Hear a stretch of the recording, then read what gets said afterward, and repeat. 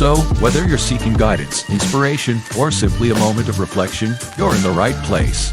Get ready to be challenged, inspired, and transformed.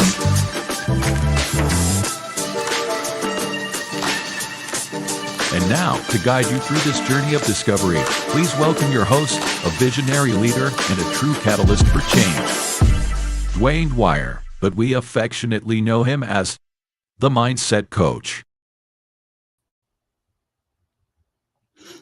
Good evening and welcome to this week's episode of the Hearts of Men. We're your hosts for this evening's conversation.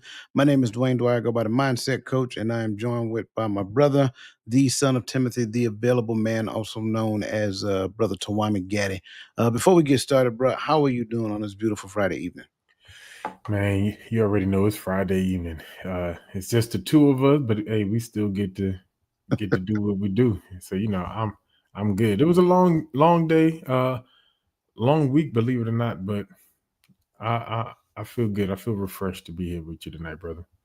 That's good, man. Likewise. As always, I enjoy these Fridays to where we get to come together and have conversations and talk about some amazing topics. And, not just sharing conversation with you and the rest of the brothers, but also being able to share conversation with the livest chat and social media. So, that being said, man, listen, wherever you are, whether you're on Facebook, whether you're on Instagram, whether you're on YouTube, whether you're on LinkedIn, make sure that you get in the chat. Let us know that you're there because we like to call you by name because we want to make sure that you know that we appreciate you being here. You could be any place else on this beautiful Friday evening, but you elect to hang out with us, and we do not take that lightly. So that being said, I want to make sure that I say good evening and welcome to the show, Crystal Everett, Nick D, his divine appointment. Let's see, Miss Charlotte Jordan. Always a pleasure to see you. Let's see who else. I thought I saw Lisa Keys, but she's not there yet. But anybody else who is out there, again, get in the chat. Let us know that you're here because we want to make sure that we appreciate you by name. Yes. Likewise, I'm sorry, great. No, I was saying she's in there. She's on her page, renewed consideration. Okay, got it. Well, good evening and good to see you as well. I'm like you, man. It's been a week. It's been an interesting week. We had a mild threat based upon a storm that got diverted. We've had some people who were impacted by some decisions. But as we always say, God is still good. So at the end of the day, regardless of whatever is going on, we keep our faith and our trust in Him, and we just keep moving forward. Um, yeah, that's just pretty much about it. So, are there anything that we need to discuss before we kind of dive into this conversation? No, well, happy belated birthday to our brother. I think it was his birthday was after we did all our shows last week. So happy belated, bro. If you're listening in. Yeah, I forgot all about that. Happy birthday, Roland. I think his birthday was Monday, so happy belated birthday to him. And yeah, anybody else out there, if we missed, happy belated. If you got a birthday in the month of October, let me just go ahead and say happy birthday to you right now. Because again, those things it's important to be remembered. I say it that way. So unless we have anything else, let's go ahead and get this party started.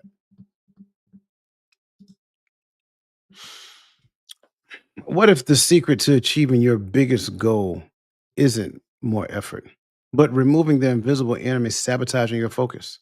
Right now, 1.7 million men worldwide are staring at a screen, half writing an email, half listening to their kids' piano practice, fully believing they're multitasking. But science confirms that this split focus isn't productivity, it's slow motion collapse.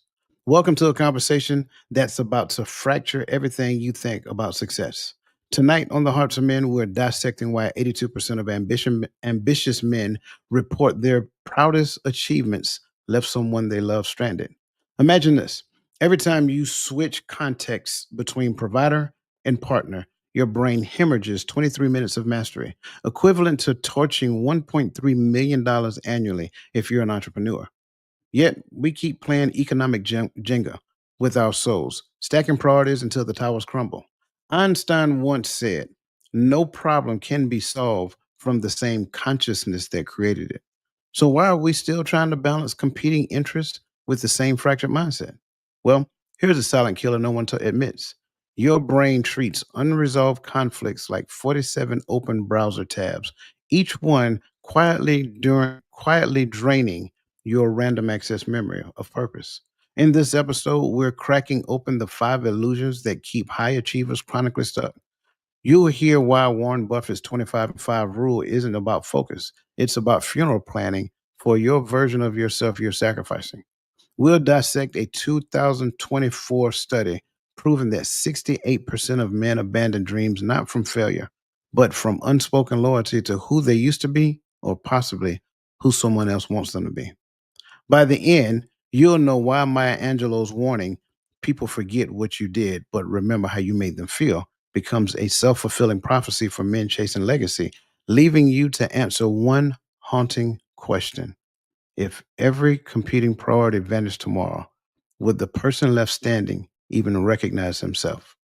Let's begin.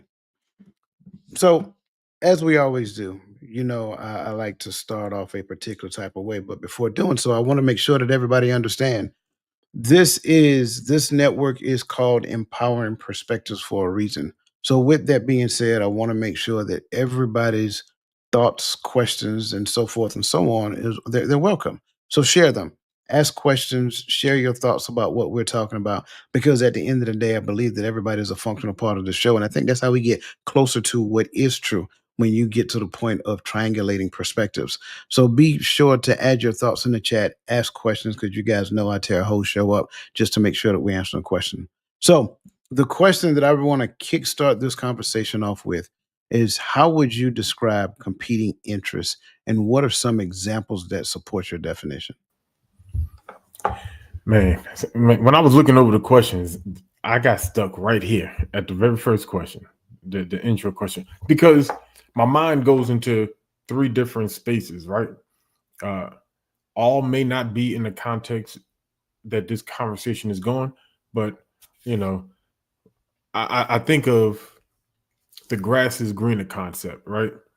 I think of that sometimes because we're talking about competing, especially when you use the term competing interest, right? Because sometimes we shift our interest to something that seems better than where we are and what we have.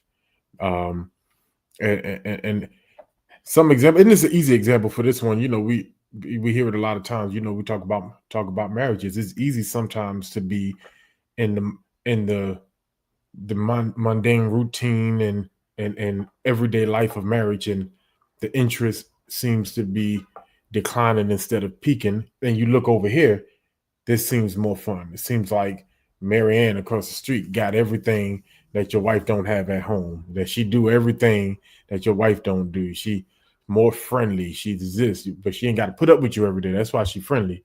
But you know, and I remember a chaplain used to make this statement. He used to say the grass just might be greener on the other side, but somebody has to do the upkeep. You know, uh, and I'm gonna share them since it's just the two of us. Tonight. The other one I think about, like, manipulating interest, right? When I think about competing interests, is sometimes we'll put something on a table because and because we want people to vote on it, we want people to see it a certain way, we want people to buy into it, and that manipulative interest benefits you. But instead of being upfront with that, we put these things out, and just like thinking of the conflict of interest concept, right? Like, hey, I don't think you should be a politician giving out contracts to companies you got a stake in. To me, that's a conflict of interest.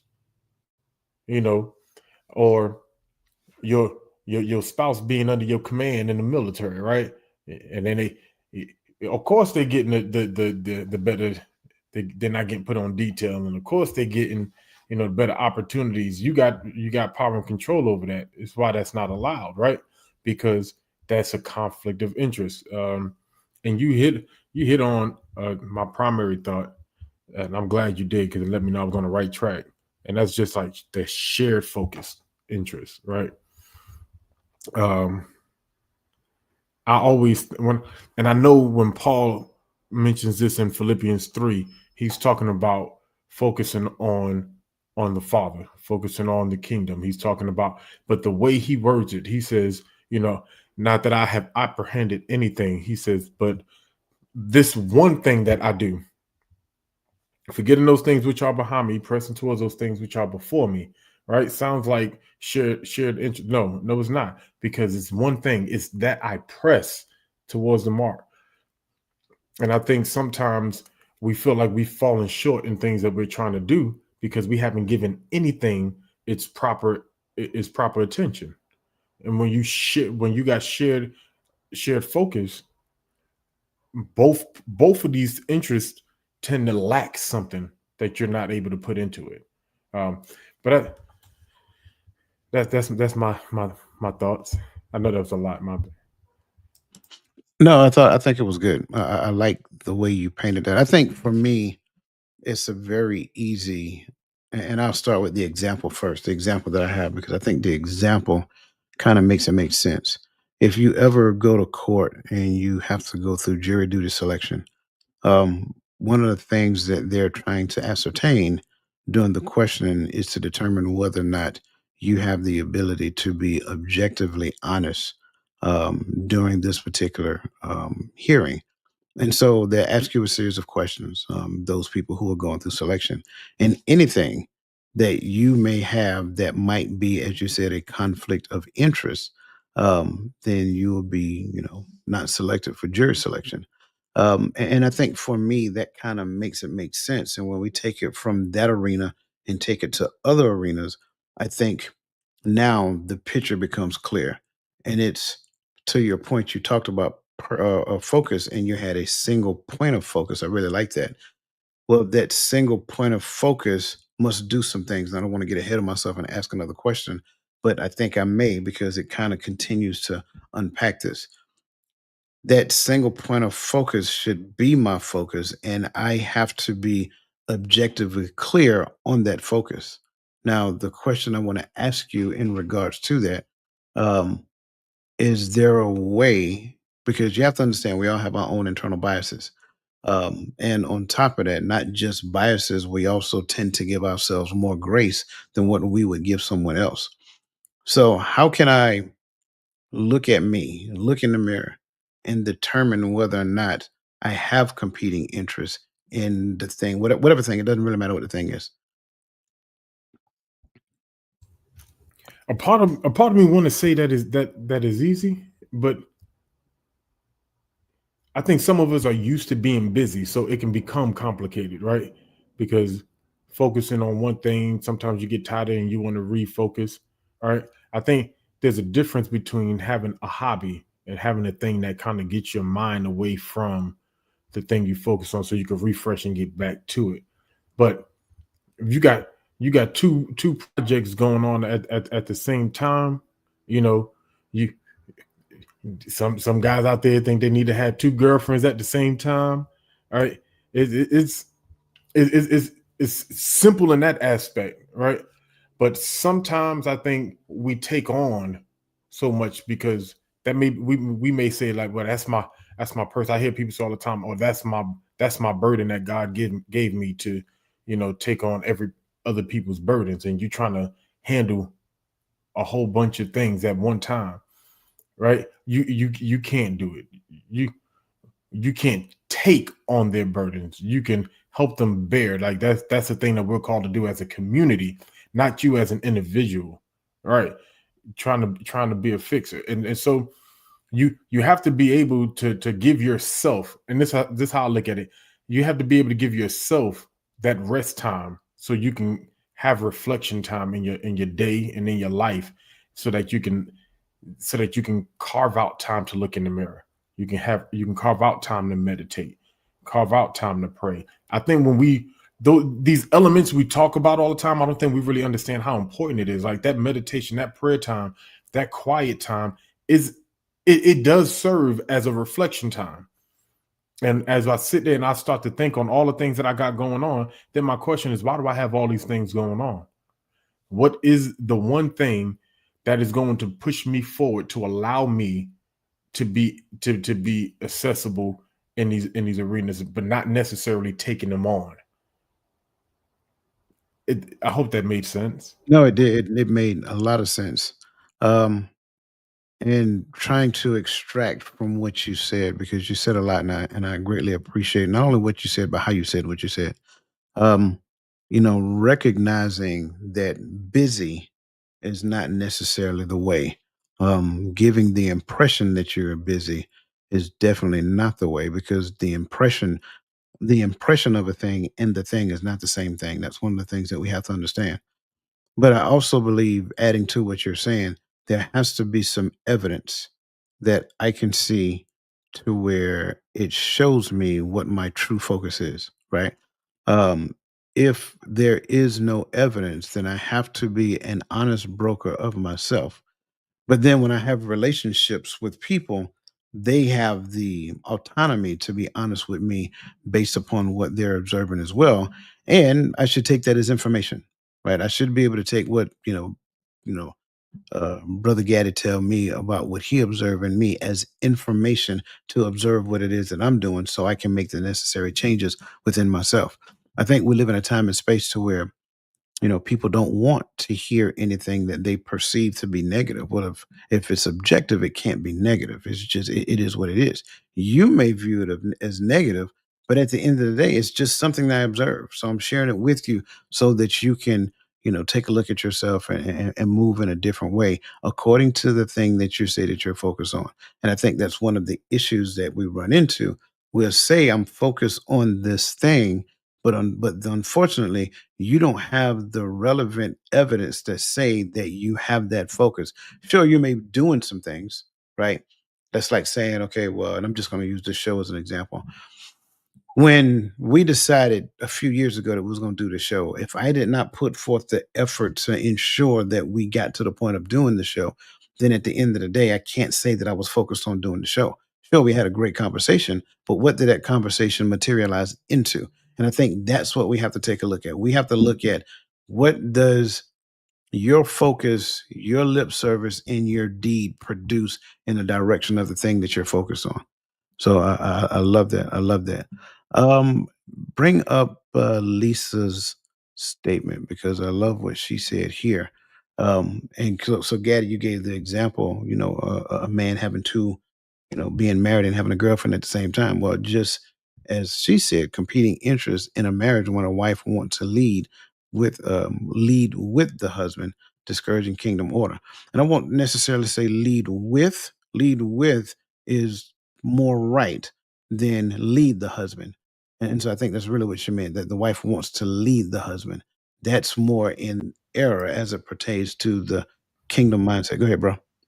No, I agree, because that was actually my point of comment. I think we were talking last time I brought this up.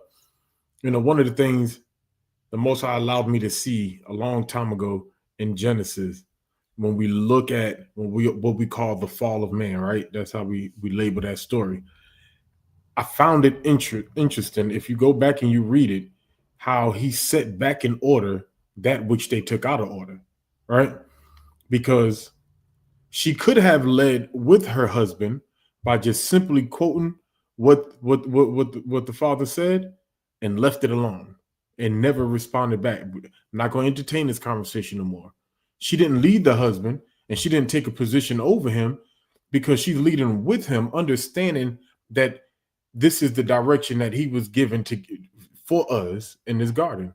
But when she gave in, and then she turned and gave to the husband and ruled, and she began to now rule over him in that aspect. So now father comes back around and he says, for you will have travail and childbirth. He says, and now your crave shall be for your husband, and he shall rule over you. That wasn't the curse. That was the resetting of the order. I know we don't like the word rule, right? That's the word they chose in the English.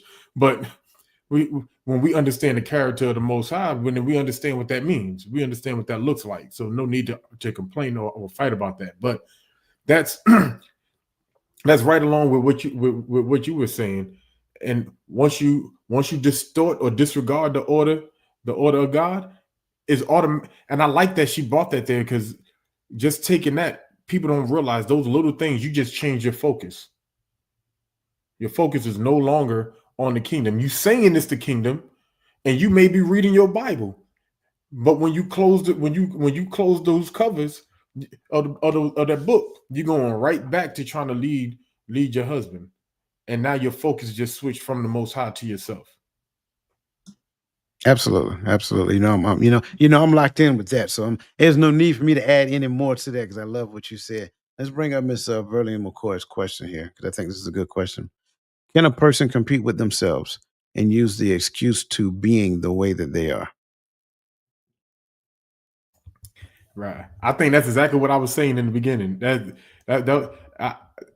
you, Miss Verlene McCoy. That's exactly what I was saying.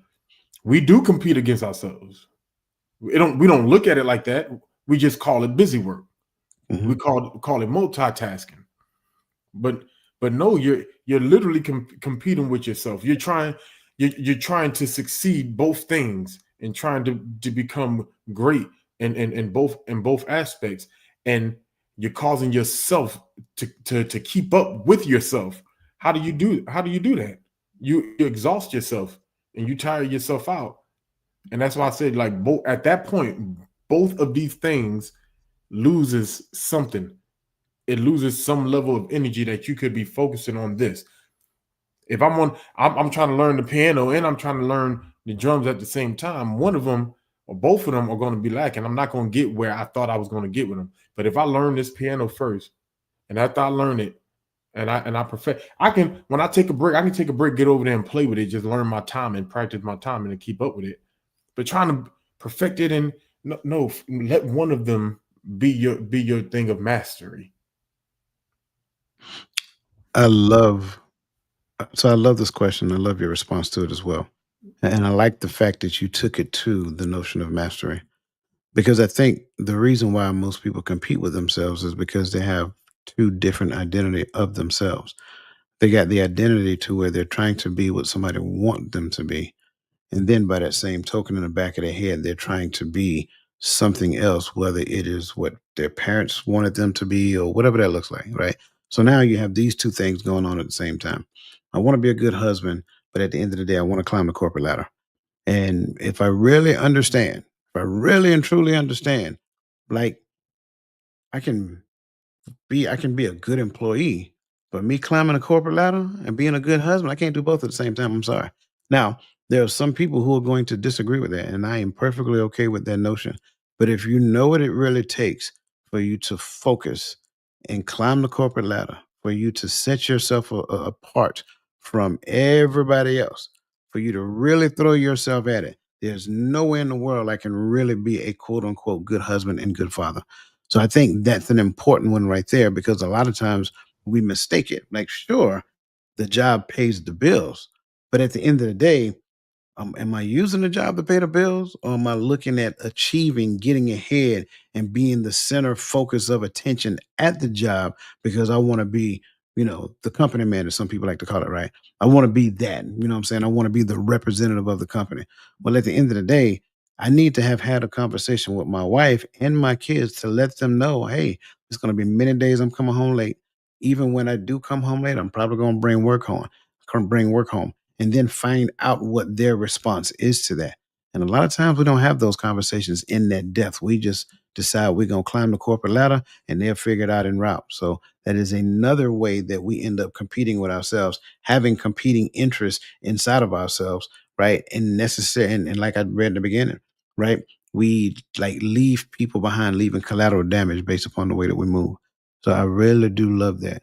So yeah, let's kind of get after the first talking point. Listen, thank you guys for being here. Make sure that you hit that like button and make sure that you share it on your social media platforms so that we can actually get some more viewers in this conversation as well, because I think this conversation is good.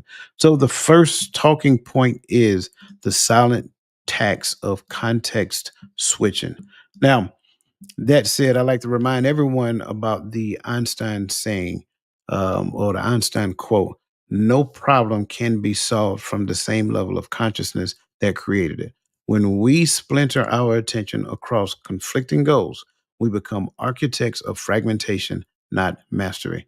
And so the key insight here is the brain treats unresolved conflicts like open browsers, draining cognitive resources even when not actively engaged. I say that part again because that's something that we need to understand. The brain treats unresolved conflicts like open browser tabs, draining cognitive resources even when not actively engaged.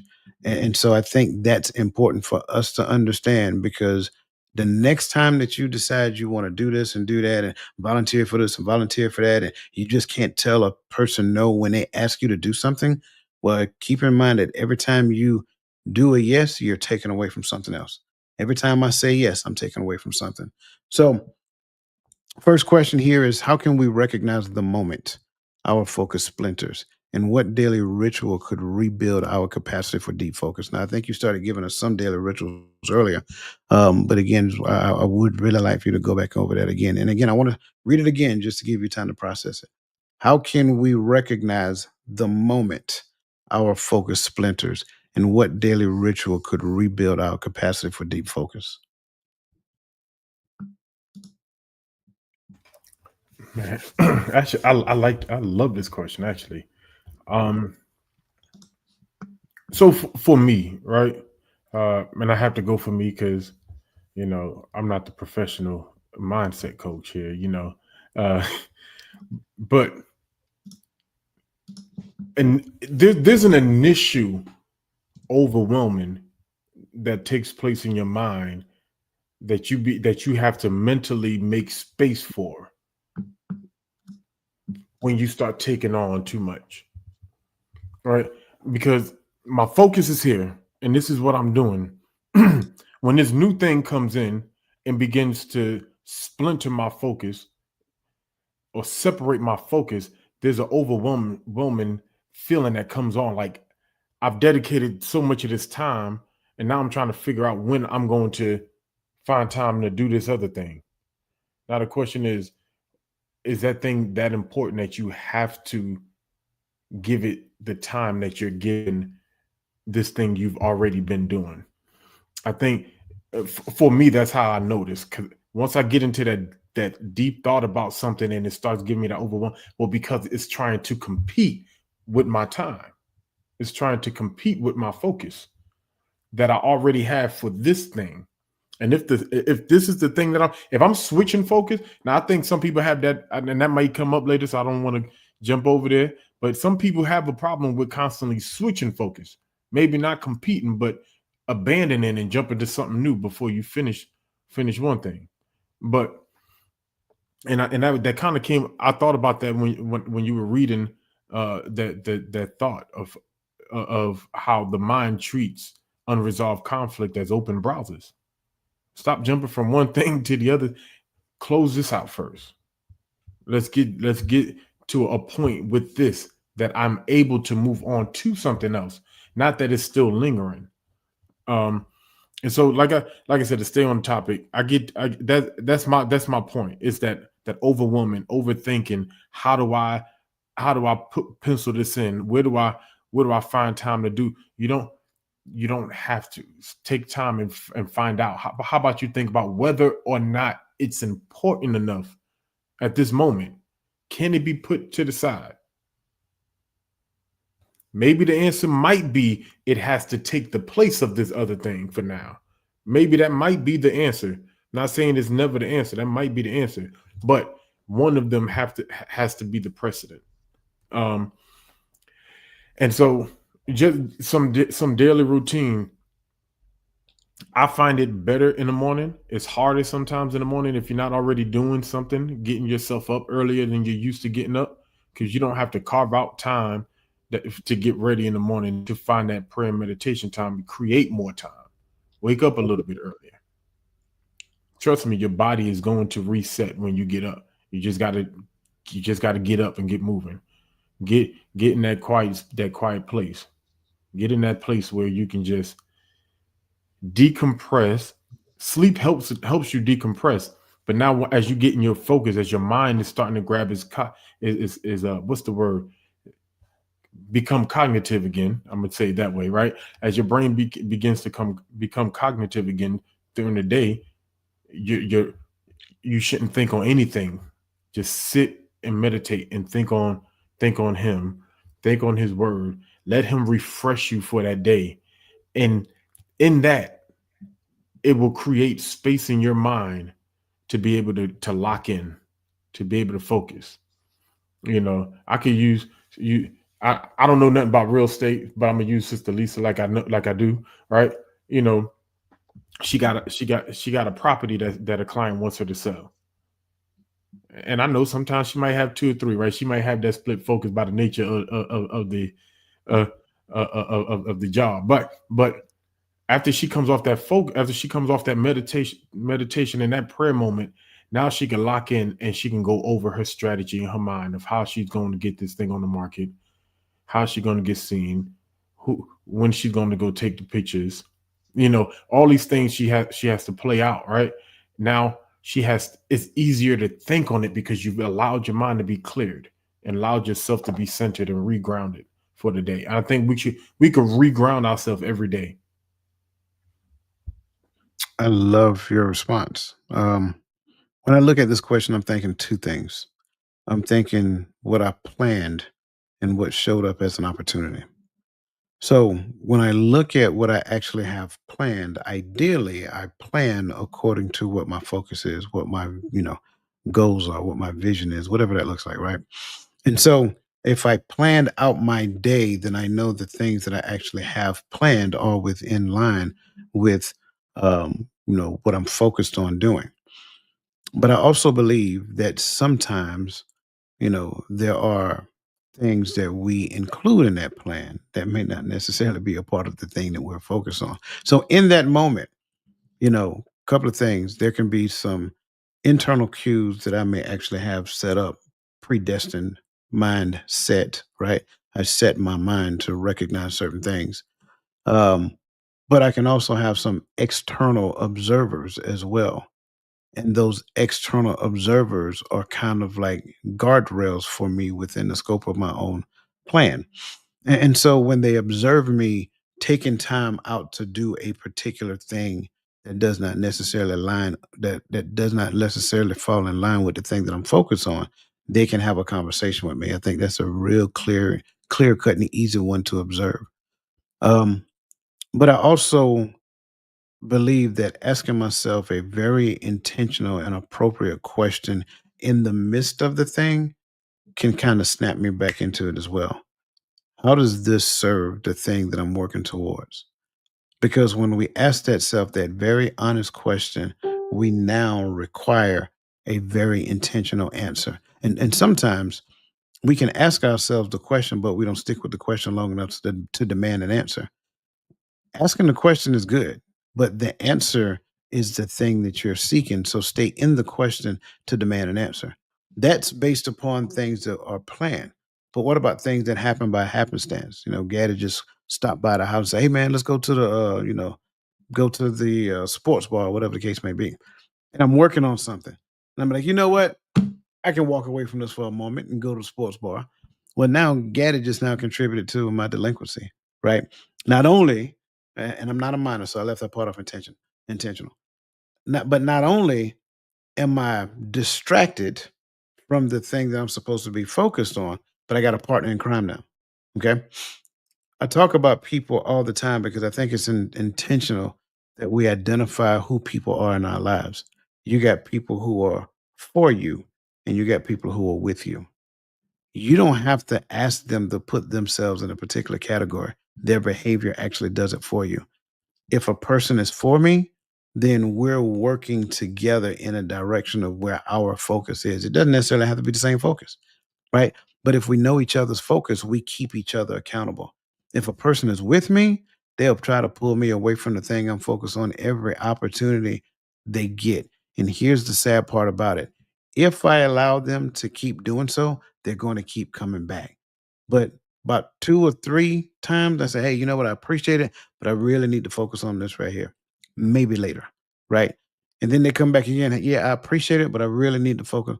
Man, he ain't no fun. Let me go find somebody else who I can drag along with me. So now when I look at what I planned versus something that just shows up by happenstance, I now have these two things. And those two things that I actually have in each regard kind of helps keep me stable and keep me focused.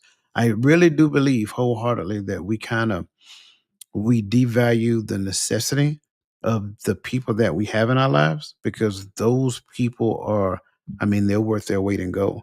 And we should be that for other people as well. It shouldn't just be that I have people in my life to keep me in order, to keep me straight, and to pick me up whenever I'm down, and whatever the case may be. I should be like whatever I'm expecting another person to be. I should be that first. So I should be that person that is that guardrail for them. I should be that person that motivates them, even when they don't feel like doing something that particular day. Well, the way you feel will get you off focus. So it's like getting to the point where we put those things in place in our lives are monumental when it comes down to us maintaining focus. So appreciate what you guys are saying, man. I'm seeing them in the chat. I'm trying to bring them up as well. But you guys are rocking and rolling. Keep them coming, though. Keep them coming. His divine appointment said, we can recognize the moment our focus splinters by becoming aware of specific internal and external cues that signal a shift from productive attention to distraction. And I love that she put in parentheses me as the distractor because that's one of the things we talked about before. The distraction is always external, but the distraction reveals the thing in me that attracts me to it. But once I get to the point of overcoming that distractor that's in me, now that thing no longer attracts me. So thank you for sharing that. Nick D said, in my experience, it happened when I realized I was tied into a lot of things, but not excelling at any of them because I was spread too thin. I was just okay at them, but not in a space of mastery. Absolutely. Lisa Keys says, when we stray away and identify changed behavior within oneself, we must recenter our focus in change the thoughts that are roaming through our mind. Absolutely. Verlene McCoy stated, I'm sorry, Miss Verlene McCoy, don't get me. She said, you have to stop, sit down. I love the hand. Stop, sit down, and refocus on which is most important and which one is time sensitive. I love the injection of time sensitive there. That's good. And then lastly, Miss Nodella Sacagawea Jordan, good to see you. She said, when I find myself struggling to complete tasks or to complete tasks, I though in those moments I splinter my focus. I immediately stop and tell myself to just finish one thing and then move to the next. Absolutely. All great responses. Greatly appreciate those. I'm sorry, bro. You about to say something? Yeah, when we were reading, I think it was his divine's comment, it had me thinking because I can hear the NCO that excelled in the military, right? And here's why I said it, because the military has given us this false identity of success, right? Because sometimes it's the one who's always busy. Nobody likes to see a soldier who's not always actively engaged in something. And so if there's something going on, I'm gonna jump over here. And I'm make sure that I'm involved with getting this done. This come up in the leaders meeting that this needs to be. You know what, top? I'll take it. Just give me 3 soldiers. We'll get it figured out. Oh, you're a go-getter. This is, these are bullets on your NCOER. You got a year to put some bullets on this NCOER so you can have a new NCR to get looked at. And so we have this false sense that that's what success looks like. And this is to my veterans, because a lot of us get out thinking that we can multitask our life into success on the outside. It doesn't work that way. You can't. We've done it in the military because our op tempo is always so fast and there's always so much going on. But there's enough NCOs out there. They could have done it, but you need that bullet. You're trying to, and I know how that feels. But when we're not in that uniform, it doesn't look the same. So when she said that, I wanted to interject that just in case any veterans out here, like, I started realizing people used to tell us we're so marketable, not like we think we are. And I'm thinking this might be one of the reasons. Yeah. I think that marketability goes hand in hand with that level of discipline that we're supposed to have. But to your point, I think the kind of like I don't want to say anxiety to do something exists. That's kind of like what I'm thinking, but I'm not sure if that's the right way of looking at it. But it's almost like an anxiety to do something. I remember there were times to where when I was younger, I had somebody teach me the busy walk. And if you ain't never seen the busy walk, right, the busy walk is a real deal. Like either you're busy or you're en route to be busy. So when senior leaders show up, if you don't have that busy walk, then they're gonna be like, "Hey, you come here. I got something for you to do." So the way that you get away around that is the busy walk. But that kind of goes back to what you're saying. Yeah, it is a fast paced walk. Your head down. It's almost like you're charging forward. Like you're not making eye contact with nobody because you're focused on where you're going. But to his point, I think he's absolutely right. I think sometimes we create that internal anxiety, and I think somebody mentioned performance reviews previously. We kind of create internal, kind of like an internal anxiety based upon the need to be busy. Even, and I hate to say it, even when we're at work and we know good and well ain't nothing going on, but you get mad at somebody because they're surfing the internet or something of that nature. Well, give them something to do, right? Give them, put something on their plate that they can be gainfully employed. That is evidence that we have a leadership failure. It's a whole nother conversation, right? But yeah, I definitely agree with that. Again, thank you guys for all of your comments. I greatly appreciate that. We're going to skip the next question and go into the next section. And the next section is titled Relational Physics of Competing Loyalties. And I think that's kind of perfect to where we were. A 2025 Pew Research study revealed 68% of men abandon personal aspirations not due to incompetence, but unspoken loyalty calculations, the mental algebra of who to disappoint first. Roomies, you are not a drop in an ocean. You are the entire ocean in a drop. Becomes tragic when we fracture that ocean into disconnected puddles. And the key insight here I want people to understand is that competing interests magnify emotional gravity. The closer two priorities are to your identity, the harder they collide. I say that again. The closer two priorities are to your identity, the harder they collide. So I kind of want to put this out here, man. Put this question on the table because I really think this is an interesting one. When we say I don't have time to a dream, what unspoken loyalty did that excuse protect? And this is not an easy question. I already know it's not. Um, and I'm not trying to steer your answer one way or the other. Just answer it based upon whatever comes to your mind. First thing that came to my mind was this is a messy question. Like you making me messy with myself right now. uh, when I say I don't have time to a dream, what unspoken loyalty that excuse protects? It's to be honest, the first thing that came to my mind is loyalty to procrastination, right? Loyalty to my flesh, and I say it that way because even though that dream is a desire, my flesh wants to spend my extra time sitting on the couch playing my 2K, watching my shows. When if this is the dream, why is the loyalty not to me? This is my dream. And if I say this is my calling, then why is my loyalty not to the Most High? Why is my loyalty to procrastination and to my flesh? Right? Uh, so that's where my mind goes with it when I hear I don't have time, because it just, yeah, it sounds like an excuse, but it it, it sounds like you've given yourself the out. You've given yourself, nope, I got this going on. I can't do that. I need to spend time. I need my downtime. I need this time. I need that time. But that goes back to what I said in the beginning. If I create that time in the morning to myself to decompress in the morning, man, at the end of the day, I go to the gym. That's another time. That's my second decompress time. All right. Yeah, I know it hurts to go to the gym. It sounds like this, but for me, that's zone out, headphones on, lock in. So when that's the first thing that comes to my mind. Like, I went straight to my to that's to your flesh. That's to your that's to procrastination.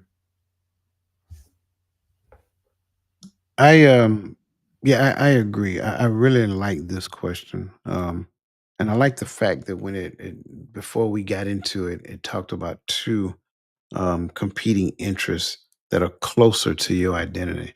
Because I think with this one, when I look at this particular question, and I think for me, this particular question really captures something that is literally in our face, and we miss it a lot, right? The unspoken loyalty. Well, let me back up. When I look at my dream, whatever the thing is that has been placed on my heart, the thing that I'm pursuing, the whatever, the purpose that the calling that has been given to me, my future self is screaming out to my present self and saying, "This is who you need to be." My past self is trying to tell my present self, "But don't forget who you are and where you came from." And so, in between the space of my future and my past, I got two people screaming at me saying, "Hey, don't forget who you were and where you came from. Hey, I need you to do this. Hey, you need to do that. You need to focus on this now because that's how you're going to get here." Well, when I say I don't have time, what I am telling my future self is I am comfortable where I'm at. What I'm telling my past self is that, yep, I will never forget. So I'm really admitting to myself in real time that I have a stronger relationship with with my past self than I do with my future self, and my past self will keep me someplace in the arena of where I currently am. I may move to the left, I may move to the right just a little, and it may look like growth ish because something will change, but it's going to change by way of evolution, not by way of intentionality. And because it's not going to change by way of intentionality, my future self is still screaming because I'm ignoring. So the future self is screaming louder, say, "Hey, I need you to do this." My past self is speaking softer because he got my ear now. But yeah, man, we good. Don't let nobody push you around. Don't let nobody tell you who you need to be. All those different things. And a lot of times we'll put that into the atmosphere as though those things are good advice that's coming from my past self. Any information that's coming from my past is no longer profitable to the direction that I'm going in my future.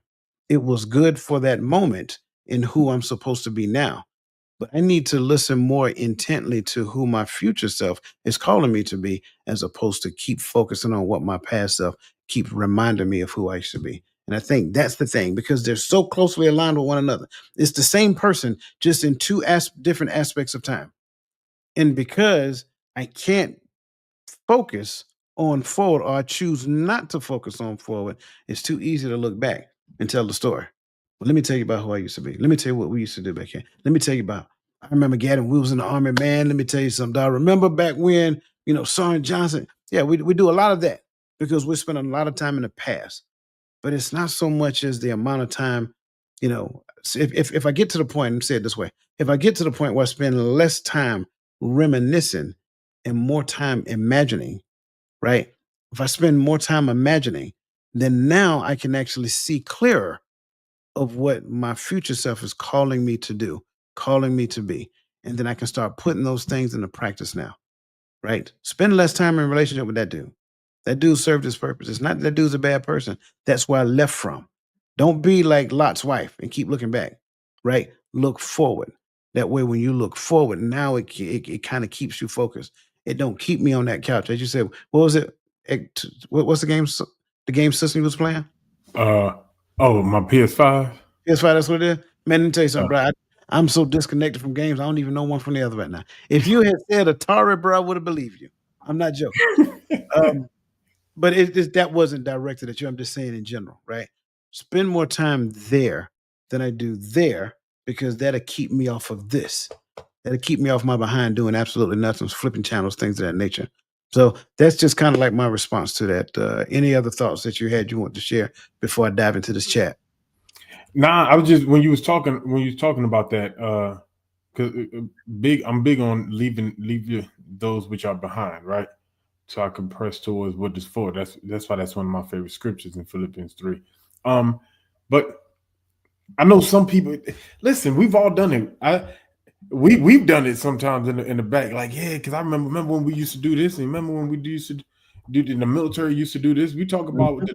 what it was when we were doing this, and when we were going to NTC, how it was different than what they do. Stuff that's cool talk.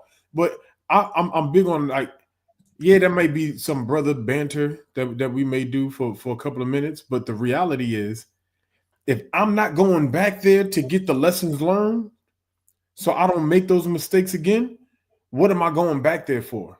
Mhm. Why did I grow and evolve if I was going to continue to go visit the old messy man I used to be? Right. How the old preacher said, I feel my help coming on. I felt myself getting ready to get preachers. I'm gonna shut I up. thought you were about to hit it, man. Hey, I thought you were about to hit it. But I think that's key.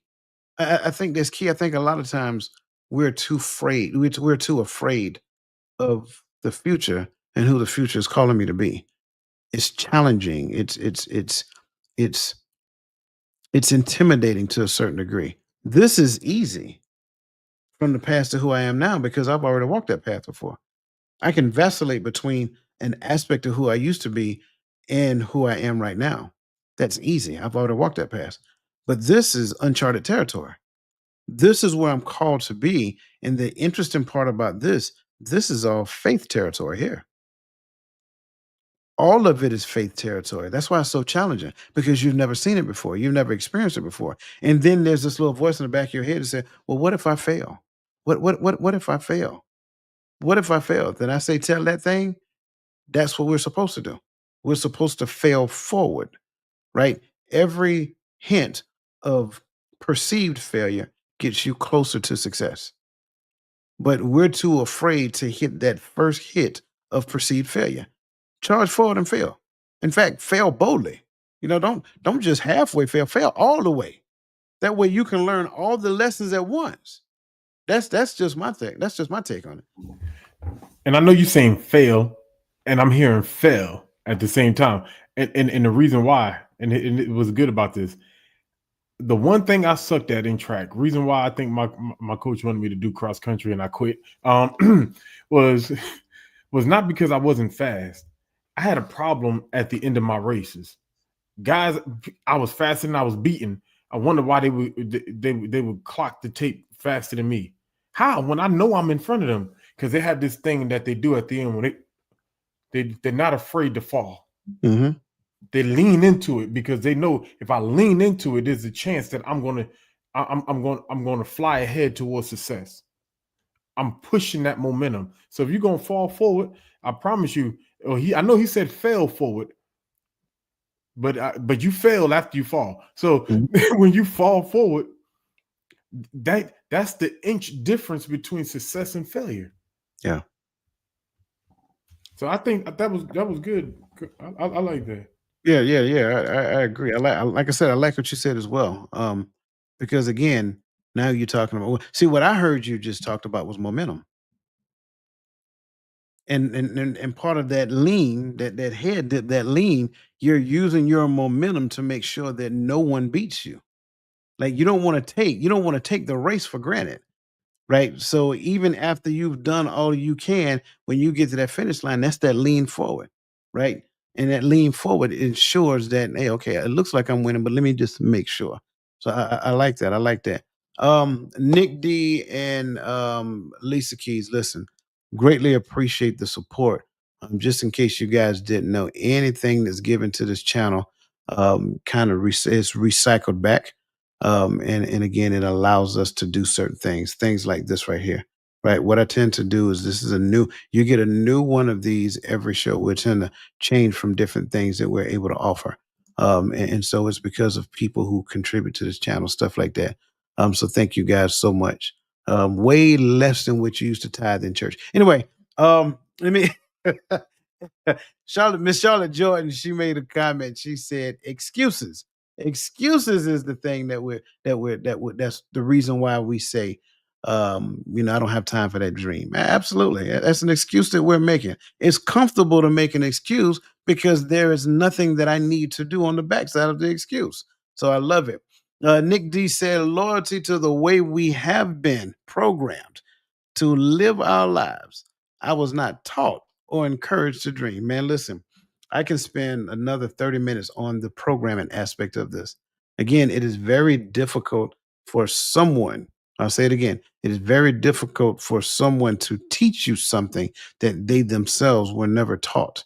So if they weren't taught the dream, it's difficult for them to teach you the dream. If they weren't told that you can achieve anything you put your mind to, it's going to be very challenging for them to tell you. I didn't say impossible, just challenging for them to tell you that thing as well. So thank you for that, Nick D. Lisa Keys said, we reject the instructions God has given us and adopt our own desires above all. Man, you know what? I think, and to your point, I'm agreeing with this, but I look at it just slightly different because everything you're saying is right. I think we adopt our own desires above all. And because of that, we reject the instructions that he gave us because my desires make me feel better than his instructions does. And going back to Nick D's point, that's part of the programming. The programming is to focus on how I feel, my own selfish desires, and then understanding his instructions take me outside of that. So thank you for that. His divine appointment says, when we say I don't have time to a dream, the unspoken loyalty that excuses most often projects is loyalty to our current identity in the status quo. Absolutely. Absolutely. Greatly appreciate that. Listen, you guys on fire. I greatly appreciate that. I was And that falls in line with that programming again. yeah, man. Absolutely. And time is waiting on nobody. The forgetting variable of hidden trade-off is the next talking point. Warren Buffett's 25 and 5 rule. List 25 goals. Focus ruthlessly on the top 5. This exposes a brutal truth. Every yes implicitly destroys something you claim to value. Modern science reveals that goal conflicts activate the same pain receptors as physical injury. Yet, 82% of men still believe they can quietly outrun trade-offs. I think for a data point here, a Deloitte study found executives who acknowledged trade-offs made decisions 5 times faster and with 71% less regret.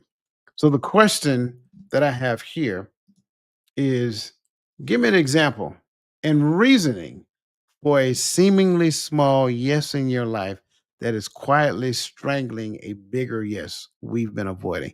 And it doesn't necessarily have to be now. It could have been something in the past or whatever that looks like. And you can't say the going to the sports bar. And I was gonna dig that back up. And the reasoning for a seemingly small yes in our life that is quiet. But you know what's crazy? We talk about could have been years ago. I go back to when I was a young soldier. I went to this church in South Carolina in Fort Jackson, and one of the deacons there, he worked at the AG Walk School, and he was the guy who pulled packets. He was the guy, right? Knowing and not knowing or whatever would have you. He used to always say, "You thought about warrant officer school? You in school? You in college? You ever thought about it?" And I, and I kept saying, "Oh, I don't have this yet. I don't have my degree yet. I don't have this yet." He said, "You on your way. You should put in your packet."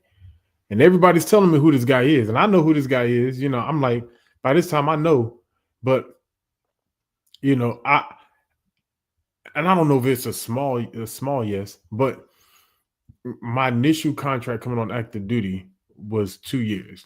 You see if I liked active duty, and I was going to decide whether or not. So I went into my reenlistment window immediately, right?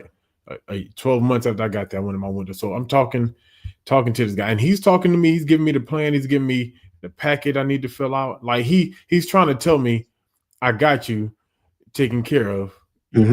Just come do what you got to do. And I'm like, no, I need this. And I'm looking at, nope, I need to do this. And I need to do this. The packet said I need to do, turn in the packet. And that's what he just keep on saying.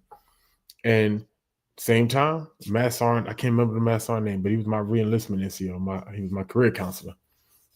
And he said, "You ready? Your window's open." I and I looked. I was like, "Well, I want to deploy." They're deploying out of Fort Hood. One of my three of my good friends I grew up with. Two of them I went to high school with is at Fort Hood.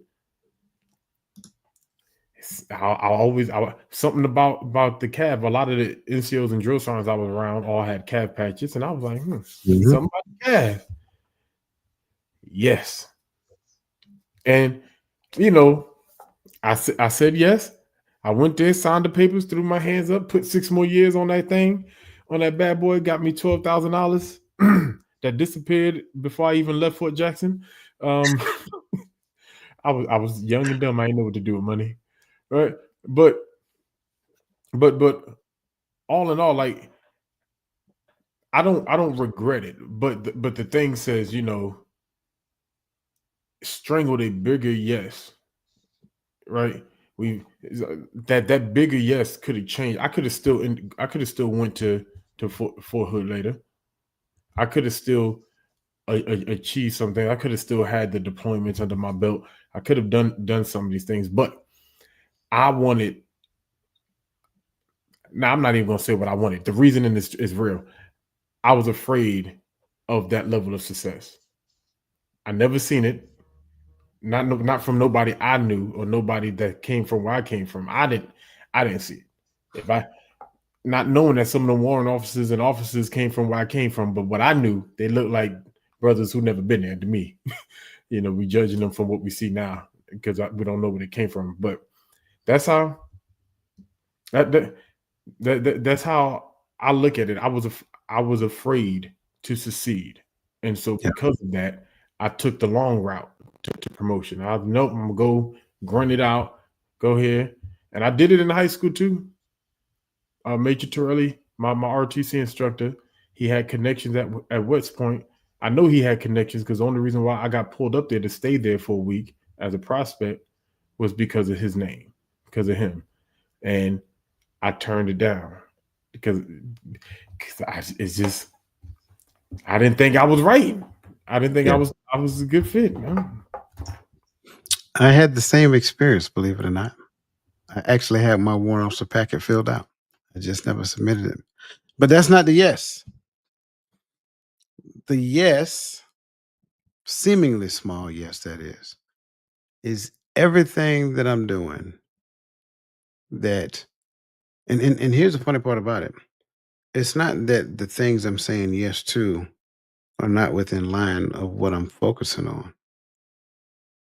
It's that there's a thing that I'm working on that I'm about 90% finished. All I gotta do is how you do, Gary?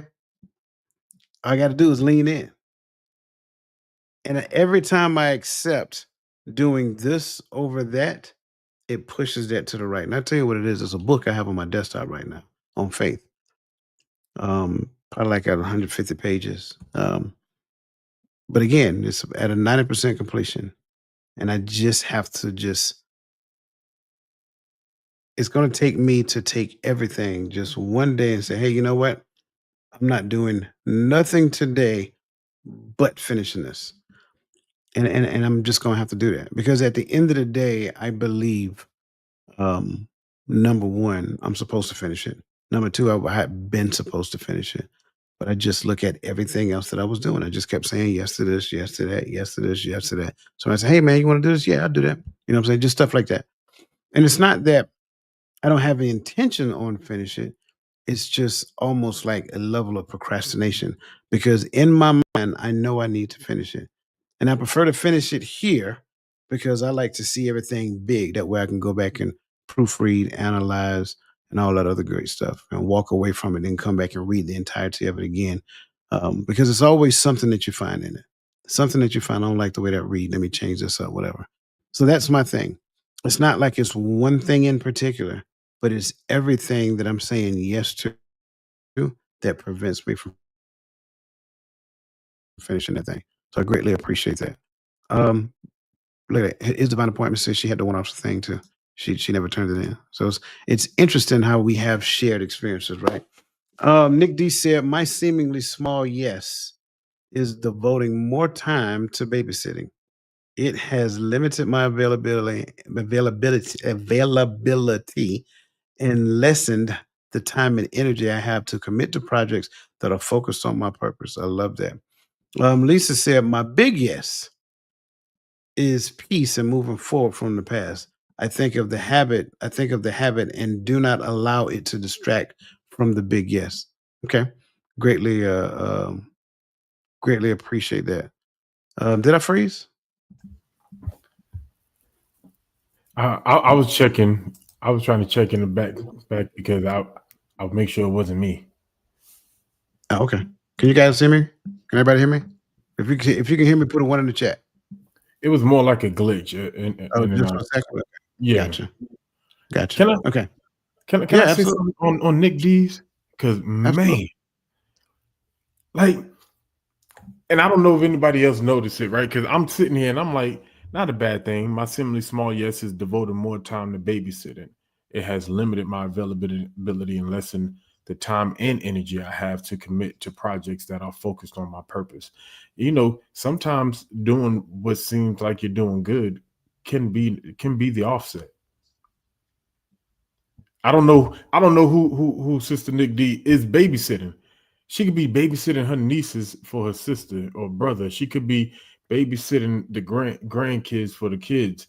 And it seemed like we're doing a good thing. We're helping out family, but sometimes it's that good thing, that good deed. Not saying that is not. But yes, we should be doing grandbabies. Yeah, I knew it was one of the two.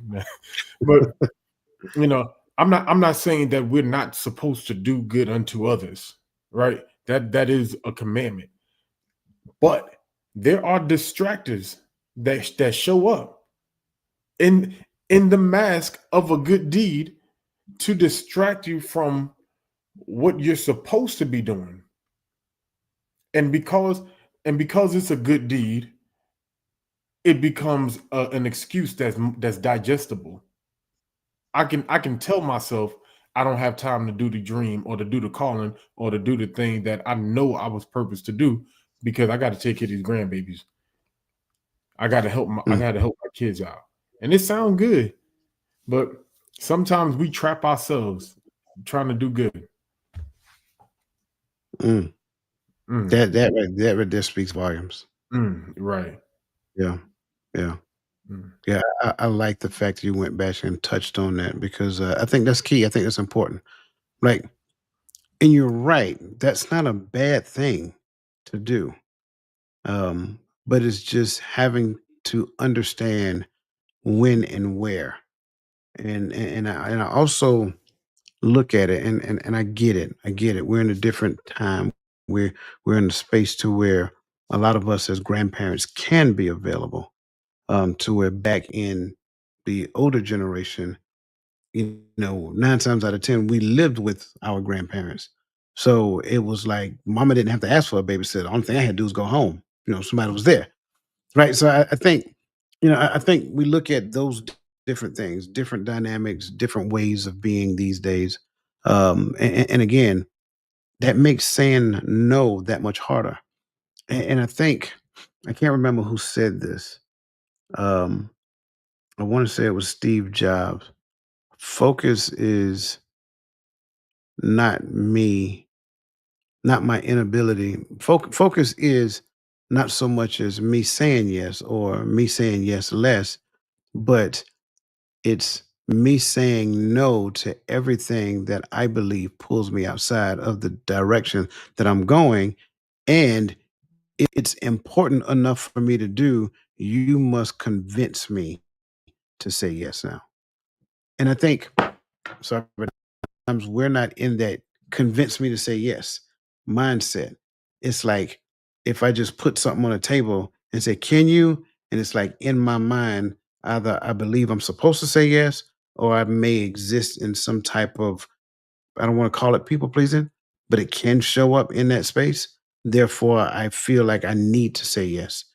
And that can be detrimental as well. But yeah, make it difficult. And I hate to say it that way because everything out there in the world would tell you, say, you need to be more agreeable. You need to say yes more. You know what I'm saying? But no, I don't necessarily agree with that. Like I think we need to be very selective with our yeses. Nothing wrong with saying no, and no does not make me a bad person.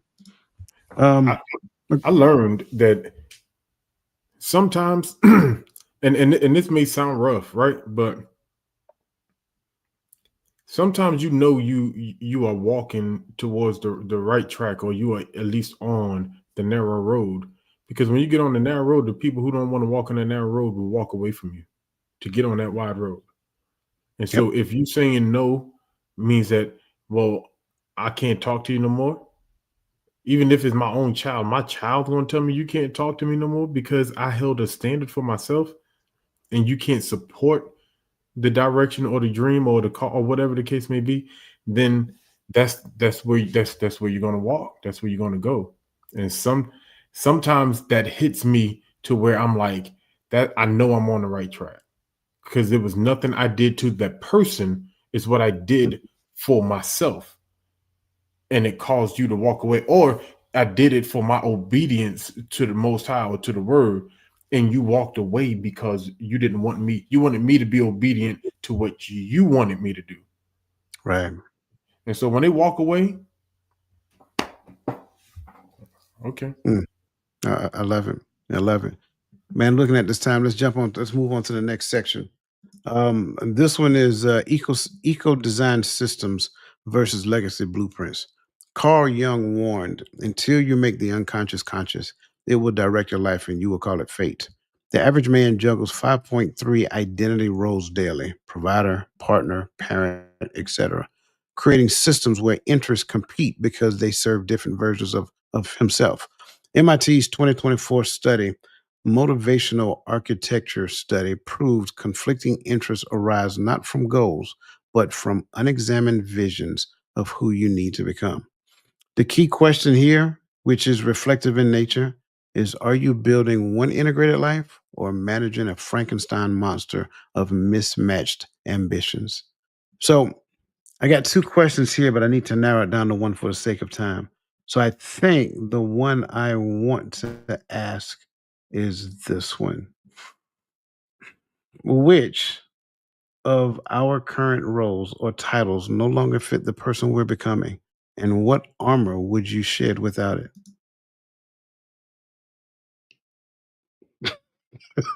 The face, man. I'm telling you, making me messy with myself, man.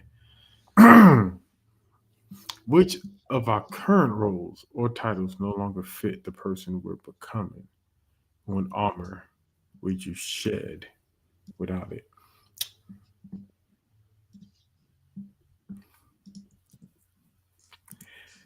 Oh, it's this actually the first part is easiest is the second part, right? Sergeant, Mm, it's time. I got to go. It's let's put them stripes on in the closet, hang them up.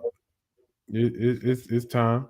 Um, Especially being a guardsman now, I see a lot of people hold on longer than they should, and you can see people out there on Camp Mabry or even down in the armories that they beat down. They can't really do it no more. They half stepping yeah. their way through it just because they're trying to work their way to that 100% retirement. But it's like, hey, at this point, if y'all gonna give it to me during the med board, give it to me. If y'all gonna make me wait another 20 years, I'm not gonna work them next 20 years in this uniform. I know that. I know that for doggone sure. It would be the However, sorriest joke in uniform. Oh, man. in what armor would I shed without it? I'm struggling with what you mean by armor, but the first thing that comes to my mind is I'm going to shed the identity of who I've always been since I was a child. Yeah. I was a cadet. I was in the cadet corps. I was in our JRTC. Man, I was going to go to college for ROTC. Uh, been in the military since I've raised my hand at 17, going on 18. Like all I've ever been identified with was soldier. So I'm at the point now to where the day has come to where I can no longer mask myself behind the uniform. Who are you when you're not a service member now? Who, Yeah. you know, I'm a civilian and I'm a soldier. Now I got a civilian job, but it's still sort of masked behind it because the people that work with me, they know I'm in the military. Some people go look me up and they know my rank. And so they'll come up to, hey, Sergeant, mess around, stand at parade rest. Like that's still a part of the identity of who I am. So I can mask myself behind it. When I'm talking to them, I can talk like what I know, which is a soldier. I can talk Right. like an instant, but what about when I have to actually fully become Mr.? Who am I? So I can't hide behind that mask of service member no more. Uh, and now I have to See, create your armor was my bad. Go ahead. Yeah. no, I'm sorry. I thought you were finished. I apologize. I'm No, no, just no. listening to I your I'm listening to your response, and your armor was easy. Like because I remember when I was getting out of the army, and it was like even when I was in the army, you feel different when you put the uniform on. It's almost like, and I used to describe it. It's like, and it sounds going to sound corny. I know it, so y'all don't judge me. It's almost like Superman putting on his suit, but then he take the suit off. He Clark Kent. It almost feels like that. You literally feel like a different person when you put that uniform on. So to me, like your description of armor, that's what I was thinking when you was talking about it. But see, mine's different. My response is going to be very unpopular, because when I look at this question, you know,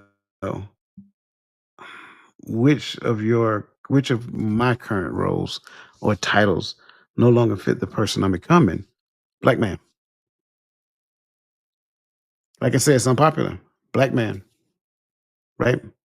Because to me, that's a description, not a title. It's like when you see me, you can see that. It's not a role, right? It's a description.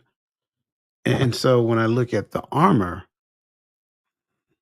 I'm struggling with that one because in my mind, I don't think there ever was an armor that went along with it. In fact, it was more like a magnet. I'm saying that for the sake of not saying anything else, if you know what I'm talking about. It was more like a magnet that revealed that I didn't have the protection um, that people who weren't have. So it's like I'm listening to your response in relation to the uniform. And I'm like, yeah, I get that. Like that's to me. But when I listen to mine's, like, hmm, no armor, bro.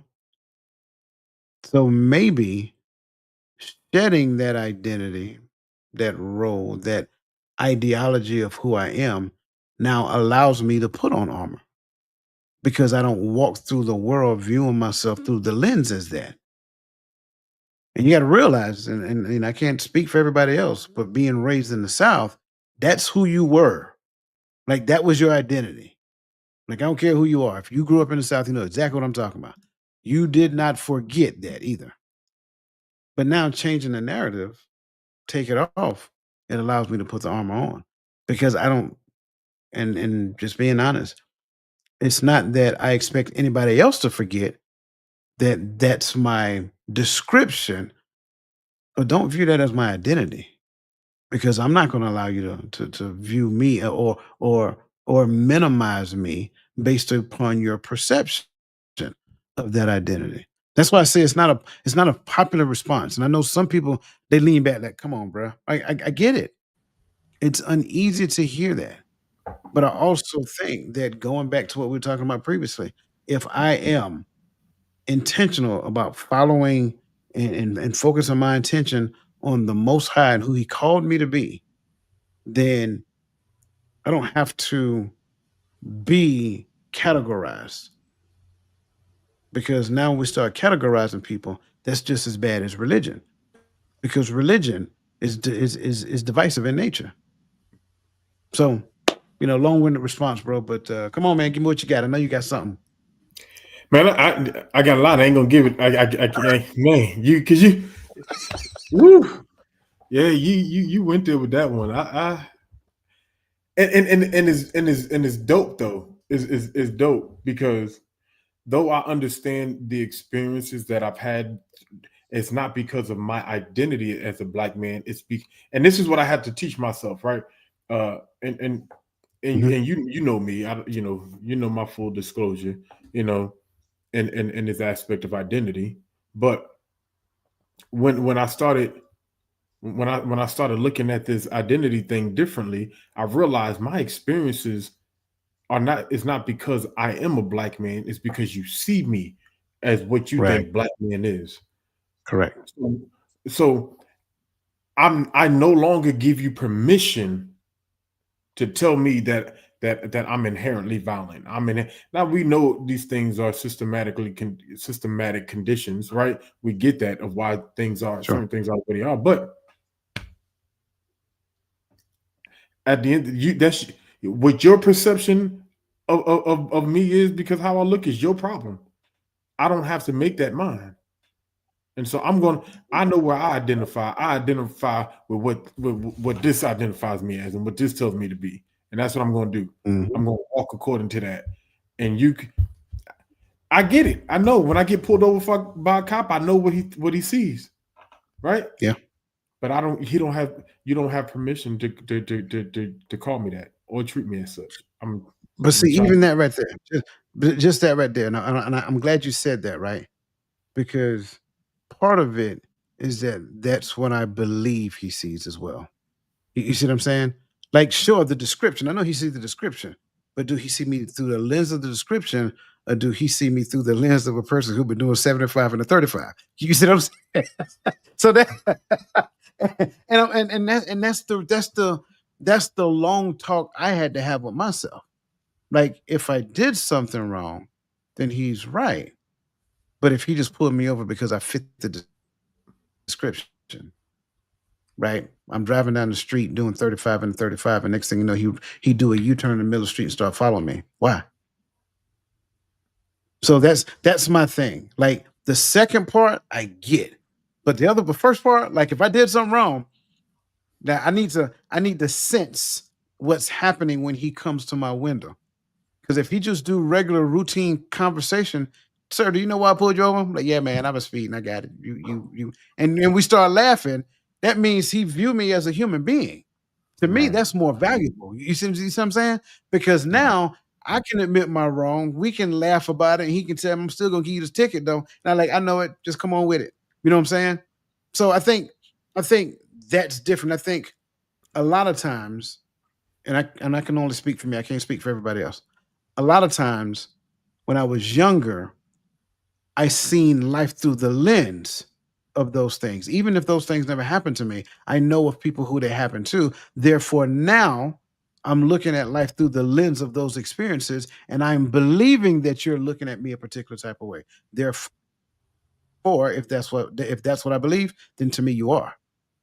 And I think in that regard, taking that off, just removing those and it's not and please, no one assume that I'm saying reject our experiences. That's not what I'm saying. I'm Mm. saying don't project them on everybody because everybody don't deserve it. You go to McDonald's, somebody's still messing up the fries. But that doesn't make every employee of McDonald's bad, even though I don't really want to eat McDonald's no more after seeing some of the stuff I've seen. But I'm just saying, no That shade. part. That's personal preference. Um, yeah, I know. Stop judging me. Okay. That's what I think I was thinking the same the whole time. I was like 75 and the 35. You do that in Texas, you going to jail. Forget your ticket. you're going to jail. Your car can get impounded. I get it. Um, Miss Burley McCoy asked a question, and I think this is a really good question, especially after what we just got finished talking about. She says, "What if some people are unable to let that go?" And I know she meant that for the military, right? But I want to kind of look at it from both lenses, military and what we just got finished talking about. So if some people is the person I'm talking to, right? Then my response is different if it's some people that I'm the person I'm talking to, or if some people is the person that is connected to the person I'm talking to, right? Sure. So the person I'm talking to, it's first off, it's why, right? I believe now my all my counseling I've ever done was in a preacher room. So there was normally, some type of spiritual biblical counseling, right? But even in that, I'm just going to assume that is because that's where you found your identity. Now my question is, how do we get you to realize or to get connected with the Father enough that he can show you what he's calling you to be? Right. Because that is where your identity now needs to be. When you put on the identity through Christ, it would allow you to be able to move from any worldly identity, whether even if you want a civilian job, if it's finance, if it's whatever, if it's being black, if it's being being woman's empowerment, man empowerment, whatever that is, that identity in Christ with the Most High is to me is the one that makes it easier to see yourself differently. I can let Right. this go, you know. But if it's people attached on to you and people hanging on to you and they trying to keep you identified as that soldier or as that person because they can't see nothing better, let them go. Let 'em- Some people have to be cut off to grow sometimes. Mm. Well, then there's that. I think it's. I don't. I really love this question because I think in regards to it, I'm seeing what if some people are unable to let it go. Um, and it kind of goes back to what I was talking about my past self and my future self. I think the reason why they can't let it go, especially for a soldier, the reason why a soldier can't let it go because these are the most exciting years of my life back here. And I think the best years of my life are there. And so I keep going back and reliving that. I keep talking about this thing, so forth and so on. Right. I've done some great things. I had some amazing accomplishments. And I don't ever want people to forget that. And in most cases, like, you know, depending upon, especially again, talking military, people won't forget it. They may not have been there with your experiences, but that retired pay grade, you'll never lose that until you pass away. Now, I've seen some people who've done a fantastic job of disassociating themselves from it. Like, I'm good. I don't, that DD 214 did it for me, bro. You know what I'm saying? And I think that's the thing. Um, but I also see it from a military perspective and from a viewing myself through the lens of my skin or my gender perspective as well. Because I think those things are just as problematic. Now, they become more problematic when I start to project them on people. But here's the other thing about it: I can't make you come out of that. You have to want to come out of that.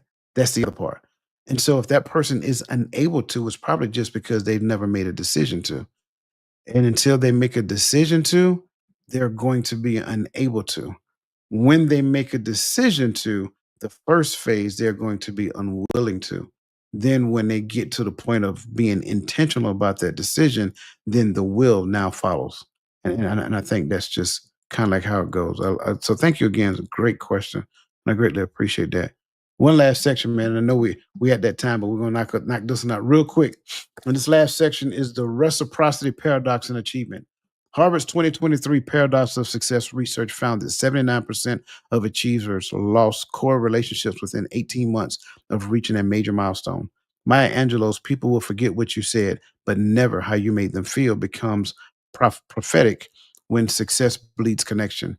True legacy lives in the spaces between achievements, not the trophies themselves. A contrarian truth to this is competing interests collapse, not because they're too different, but because they're too similar in their demands for exclusivity. And the question I have for you, my friend, which is the last question for the night: what legacy-driven accomplishment might ironically erase the very relationships that give it meaning? Right, I see your face. I'm gonna go on this one. I'm gonna go first on this one because I'm gonna go back to what I mentioned previously. I set it up previously by talking about being a husband and a father and climbing the corporate ladder. I think the issue is I can't exist in a relationship if I'm not giving something to the relationship. And I got it. Reciprocity does not necessarily mean the exact same. But if I give so much at work that when I come home, I don't have anything to give you as a spouse, I don't have anything to give my children in the realm of teaching and raising them up in the ways that they should go, then I am sacrificing you for the sake of my job.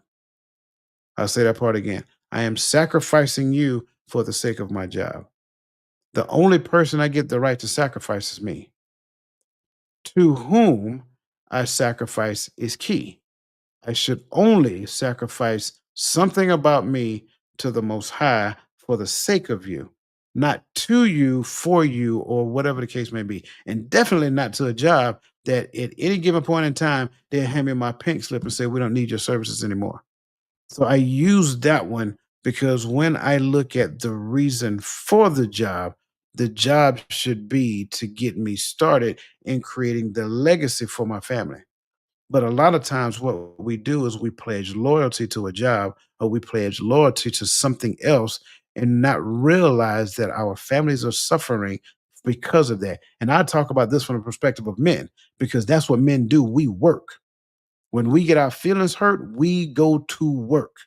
When something isn't working right, we go to work. When we arguing and fighting with our spouse, we go to work. That's what we know. When Christ left the disciples, they went to work. They went back to doing what they did before he found them. That's what men do.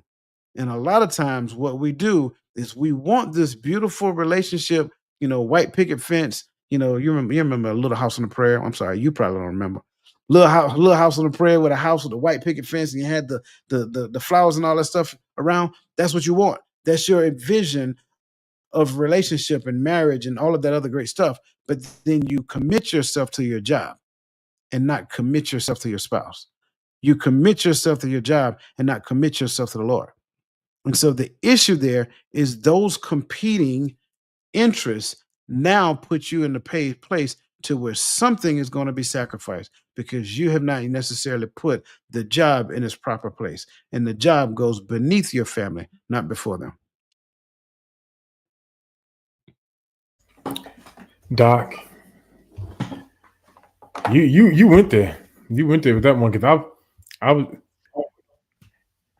didn't know if I was going to be correct with what I was thinking, but I would say, and it's almost the same thing you just described. But it would be societal's uh, identity of what a man is, Mm.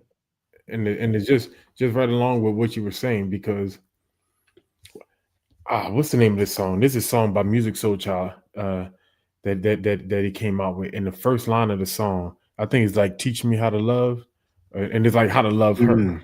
Or, the very first line of the song is, "I was taught the true definition of a man was to never cry, work till you die, got to provide, got to be the rock for my fam, and protect them at all means."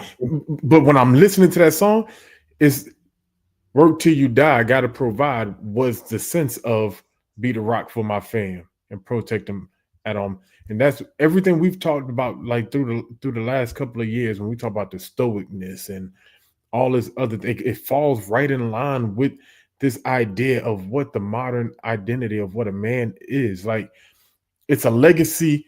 It's a legacy success. It really is because, but we say we do it for our family and for our community, but where are we?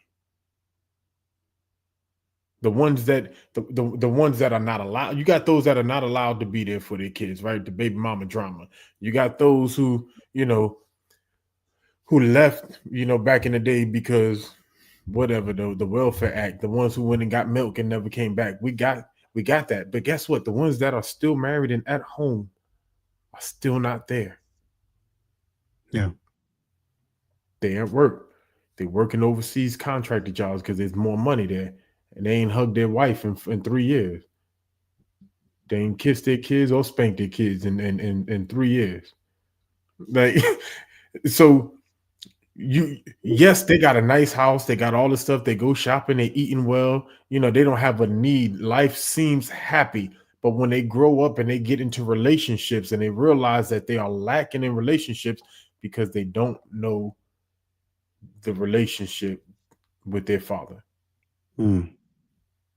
They don't even know their mother's relationship with their father. They met. My parents been married for 20 years, but 11 of them he been overseas, or you know, or he been working this corporate job and working all hours of the night and taking project. One more project, I'm gonna get this promotion. That's like when you get this promotion, you're gonna oversee 5 of them. Right. So and and we can drop blame wherever we want to drop blame, but I would just say on both sides, because as a man, I just be honest with you. If the man's in love and he wants to take care of that family, he's going to do what he thinks you want and you require for your happiness in that relationship. And I'm talking to the women with that. I'm like, I think we've gotten to it's what's so sad with today's world is that we're no longer content with actually making it. Hey, Yeah. we've made it. I don't my house don't I got a nice size house. I don't need. Why I gotta have a bigger house? Why I gotta go get a more modern house that costs double and smaller? Like why Sway? but but but that's the life we live, and a lot of us, a lot of men are afraid that if we downgrade, she will upgrade.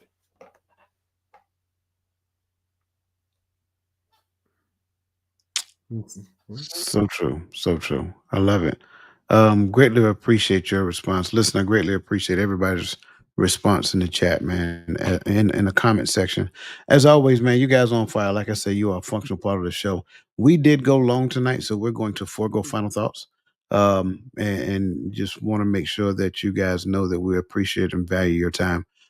As always, it's an honor to share in conversation with you guys every Friday night. Remember, every Friday night right here on 8 p.m. Eastern Standard Time, we will have the Hearts of Men. So listen, as always, you guys continue to be awesome. Go back and look at this again, right? Go back and listen to this again. I think it's, I think this is a great conversation.